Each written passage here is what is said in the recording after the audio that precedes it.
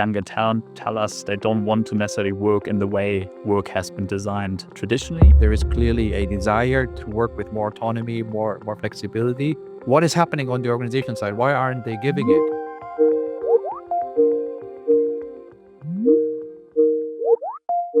Hi, Sebastian. Thanks for taking my call. Hi, Franz. It's very good to talk to you. I know you were on a sabbatical last year, I was. and I'm sure it was productive. And I guess it has something to do with the paper that I read and things that I heard about what you've been looking at. I understand it sort of falls under the broader headline of work design. We think about work, and maybe you want to introduce a little bit the topic and what you've been looking at. Yeah, so I think there were different ways of how I've come to think more about how we currently design work and how organizations have to redesign work. I guess one observation over the last 17 years here at IESE, if I think back 17 years ago, when I started, there were very few MBA students who would decide to found their own company. Mostly they were going into large established companies. Fast forward to now, many of them at some point play with the idea of writing a business plan, going alone. And in fact, many students will reject offers from very attractive, very large organizations and in exchange for going alone, starting their own company. And so this obviously has many different reasons, but my diagnostic is also that there's a clear message that many younger talent tell us they don't want to necessarily work in the way work has been designed traditionally. They feel work design is antiquated, and they will try it out in a different way. And there's actually a lot of experimentation in terms of how we slice and how we organize work. So that's, I guess, the supply side.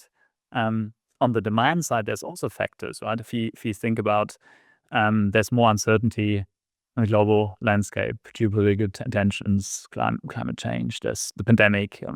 And so there's more uncertainty. So it's much more difficult for organizations to only staff with full-time internal employees. So, and they've been also already before the pandemic have been drawing more on external staff, whether that's contractors, freelancers. And the other is that since work has become more complex, as a leader, you can't be sitting in every single decision. You cannot take charge of everything that happens in an organization. So you need to empower more employees, and so you need to grant more autonomy. And so a second aspect of how we could think about work design is how much autonomy do you give to your workforce. And that's the freedom of how you perform work, but it's also the freedom of how you can kind of craft your work roles, your responsibilities. So autonomy, flexibility are keywords here. And as far as I understand from what you're saying, so there is a tendency towards from the side of potential employees. You mentioned MBA graduates, so relatively young professionals. There is clearly a desire to work with more autonomy, more flexibility. What is happening on the organization side? Why aren't they giving it? By the way, are there frictions? Why is this a problem or a challenge, let's say? So I guess if you think back in a more traditional organizational context where you mainly staff with internal full-time employees and you have limited autonomy, you have less need to think of different ways of how you create alignment and accountability. You work with job descriptions. It's typically manager-led, and so as a manager, you just make sure that the jobs are performed and work is getting done.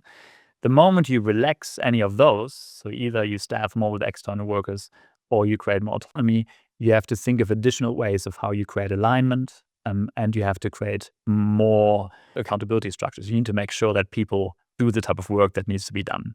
And that's challenging. So you need to rethink, you need to move away from a hierarchical manager-led setup to other forms. You can create alignment through culture. You can create alignment through a more consistent management system. But this requires rethinking, not in a piecemeal way, but really in a more systematic way. And so that takes time and is a bigger shift. And so I can see why organizations shy away from it. Sometimes I meet senior executives who when they look at the culture in their own organization, they acknowledge that they could work more towards autonomy, flexibility, as we said before, but they realize it's not easy to do because they also have, of course, a lot of employees who are used to work the way they work, middle managers, top managers, etc. And sometimes they say you can probably only implement the shift if you sort of have a startup, if you have a unit or an organization that you control from the first moment and where you can really set it up differently?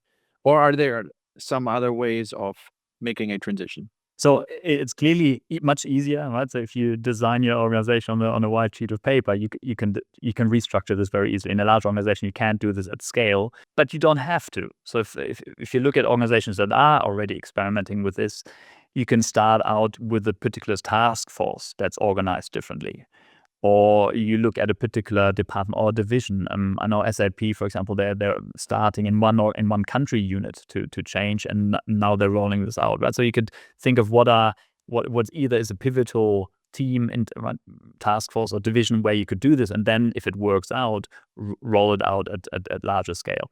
This obviously means that you then initially, when you start out, just need to make sure that you manage the interfaces very well. If all of a sudden a team works in a much more empowered way, and any team member contacts other stakeholders outside, you need to make sure that those connections are well managed, and people know in the rest of the organization that that's happening, and then why we're working in a different way. And when you talk about work design and the different challenges in there, who is qualified to do this? I mean, what can we tell senior managers that do want to rethink their work design in an organization? What do they need to do? How do they qualify themselves? Is it something they need to study further? Or how do they start working on this? We can think of this in different ways. So you don't have to radically change the entire organization. You can either start to offer more autonomy, or you start to open your organization boundaries and staff more with external staff. So you don't have to do both. So that it already gives you a direction, and depending on the type of organization that you are, you may draw on one or the other. But then again, since an organization is not going to change this completely at the whole level, it's the task of a manager, of a leader to do this at a team level. If you think about the moment we're starting to relax the organizational boundaries and you have more external staff, the immediate touch point for workers is the project or the team, not necessarily the large organization. So it's even more important responsibility for the leader to craft belongingness, to craft purpose, culture at the team level, because employees may have less attachment to the wider organization. That doesn't mean that the corporate culture doesn't matter, but there's an even more important responsibility for each team leader to distill this and kind of trickle this down to the team level. Starting at the level of a team leader or of a project leader, things can start, and you point out that this is part of what you would expect from a manager who is in charge of running this team, of leading this team. Oh, I think that's a great call, I think, to action, to think about this for team leaders, and maybe also, if I understand you correctly, to say, look, you have a lot of things that are actually under your control in that sense, even though maybe the organization you're part of is bigger and maybe has some legacy effects that you don't necessarily want to replicate. You could maybe do a lot already in your team. No? Well, thank you, Sebastian. I think this is interesting. There are, I think, lots of leaders who see that the design of work needs to be reconsidered. I think that's what you're encouraging people to do. That's what's been your observation also now throughout these past couple of years. You mentioned the pandemic before, which was maybe a catalyst for some of these ideas that were already in the air in a way. And so we are curious, and we're staying tuned to the next outputs of your thought process and specific proposals that we will be discussing then here. Thanks so much for talking to me, Sebastian. Thank you. Thanks very much for the conversation, Franz.